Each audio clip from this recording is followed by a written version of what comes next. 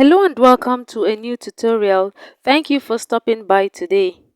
So today's video is on how to make a keyhole neckline. So today I will be making a crop top with a keyhole neckline, and it's going to be a boat neckline. If this is your first time checking out my video, please do not forget to subscribe and also give this video a thumbs up. So let's get into the tutorial. So I have my basic pattern drafted out on paper. I've drafted out my basic bodice pattern, half bodies, and I'll be taking you through the lines. So half of my shoulder measurement is 7 inches, and I also have my chest line at 7 inches, and my bust point line is 9 inches, and the half length and the length of the top as well is 15.5 inches plus 1 inch hemming allowance, making it 16.5. And I've also taken my darts using my bust span measurement, and also I've also ruled out the front armhole. So if you don't know how to make a basic bodice pattern, I'll drop a link in the description box.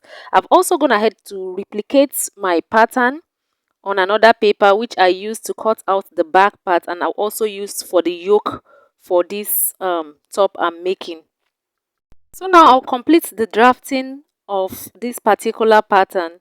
So for the neckline, I'm going to be taking a neck width of 5 inches. I'll take a neck width of 5 inches. So from the center front, I would measure on the shoulder line. I'll take 5 inches.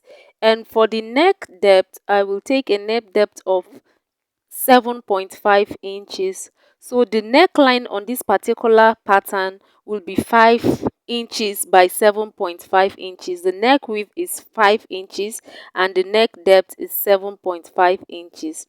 So I would go ahead and square out these lines from the shoulder line to the 7.5 inches. I would join the points together and also join it towards the center front um, part of the pattern.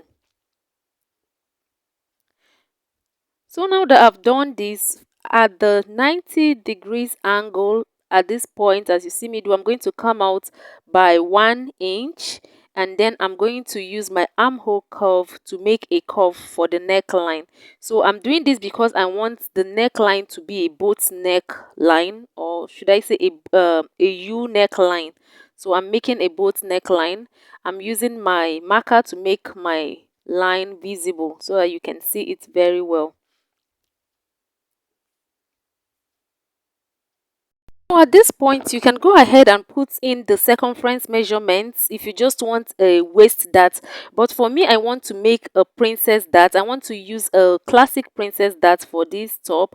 So I'll measure what I have on my armhole. I'll divide that by 2 and then come down from the center by an extra 1 inch. So I divided what I have on the armhole into 2. So from the center of what I got, I came down by another 1 inch, and I'm connecting using my armhole. I'm making a curve and connecting it to the bust point line. And then from that point I took a dart of 1 inch. I came down extra by 1 inch, and I'm connecting from that 1 inch down to the bust point line as well. So I'm going to use my marker to make these lines visible so that you can see what I just did. So I'm connecting the lines I have. So I'm taking a dart of 1 inch from the armhole. So I'm making a classic princess dart. I'm not making a bustier. So for the bustier, you would need the under bust measurement, under bust line. But for this, I'm just using the bust point line. Okay, so I'm going to check the dart I'm removing, which is 1 inch. I'm going to add that so that I will not have shortage. I'm adding that, and then I'm redrawing my line. I'm extending to the 1 inch I added, and then drawing down to the chest line. So now I'm going to add my measurement, my bust measurements. So I would check the dart I'll be removing from the chest line. So I'll add that to my quarter of my bust measurements and impute the what I have, and then add extra 2.5 inches seam allowance to the measurement I already have. Then on the waistline, I'm going to impute quarter of my waist measurement plus the 1 inch that I'm going to remove. Quarter of my waist measurement is 6 plus 1, making it 7. Then I'll go ahead and add extra 2.5 inches seam allowance. Then I'll connect the point on the chest line to the point on the waistline. So that is it on the pattern. I'm done with the pattern. So I will go ahead and cut out what I have. In case you want to use a princess dart bustier, I will drop a link in the description box on how you can draft a princess dart bustier pattern. So this is what it looks like. So I'll go ahead and add I'll add a joining allowance to the shoulder. I'll add a joining allowance to the shoulder before I cut out, because I like adding my allowances on the pattern, so that all I'll do will be to just place and cut on the fabric. I'll also add allowance at the neckline, just half-inch allowance to the neckline. Then I'll go ahead and cut it out.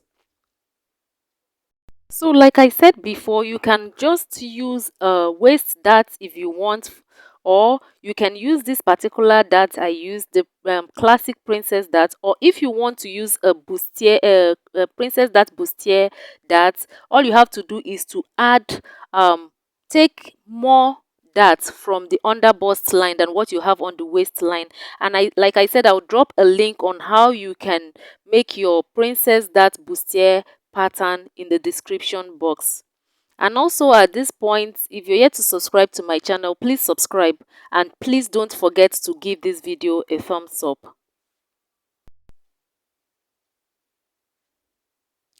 So I'm done cutting out the pattern, and this is what it looks like.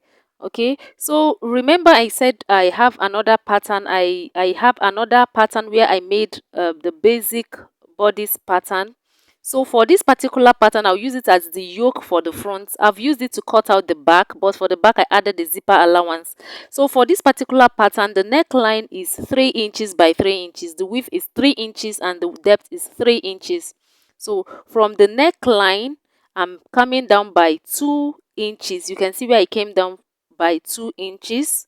So at the armhole area, just from the chest line, okay, from the armhole, as you see me do, I'm going to put a point there. So I'm going to connect from the point on the chest line to 2 inches I came down by after the neckline. So you can see what I have. So this is going to be the yoke that will be in front, because remember on the first pattern we made, the neckline is wide, so this is going to cover up a part of it, of the neckline in front. So that is it for the yoke. Also take note that the neckline of the neck width of the yoke and the neck width of the back part will be the same. So the neck width of the yoke and the neck width of the back is the same. So I'm cutting out the yoke, and I'm also adding allowance at the lower parts, half-inch allowance, and also a shoulder allowance like I did for the first pattern I cut for the front. So this is what the patterns look like. This is what it will look like. Okay, half of it after making it, assuming it's unfold. So I'll go ahead and use the patterns to cut out the fabric and their linings. So I'll cut the center front unfold and also the yoke unfold. So as you can see, like I said, the yoke and the back piece have the same shoulder length and the same neck width. So this is it. I've cut out the front. This is what I have. I'll also cut out the lining. So I'll join them by the darts, where I have the dart, using half-inch seam allowance. So after doing that, I'm going to use the lining piece. Okay, after joining them by the darts, where I cut out the darts, I'll then use the lining piece. I'll do the same for the lining piece, and then use the lining piece to turn the neckline, as you can see me demonstrate, and also turn out the front part, and also hem the lower part. So I would also use the lining piece for the yoke to turn the neckline and the lower part of the yoke. Okay, so I'll turn the neckline and then the lower part. So I have turned the front piece, I've joined them, and I've turned the neckline, I've hemmed the lower part, I've turned the sides using the lining.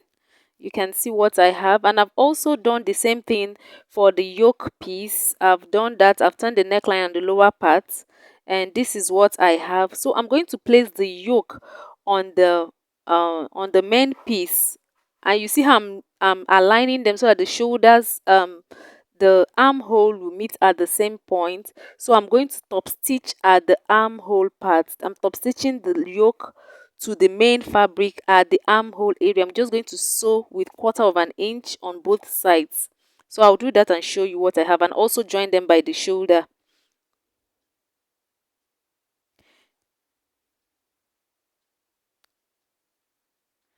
So I've done that. I've attached them by the armhole and I've attached them by the shoulder. Okay, this is what I have. So the next thing I will do now will be to join the front part to the back part. So I've also taken that, a waist dart for the back part. So I'm going to join them by the shoulder using my shoulder joining allowance. I'll join them by the sides, then attach zipper to the back, and then attach a basic sleeve to that. You can attach any sleeve of your choice. So I attached a basic sleeve to this. So that is it, guys. This is what I have: a crop top with a keyhole neckline, and I'm done with the top. It is easy to make, very easy to make. So you can make this as a half bodice and attach it to your skirt or to your pants, or you can make it as a blouse, whatever you want, and attach whatever sleeve of your choice. Thank you guys for watching. Please don't forget to give this video a thumbs up. Subscribe to my channel if you're yet to subscribe, and also click on the notification bell so that you'll be notified every time I upload a new video. See you in my next video. Bye.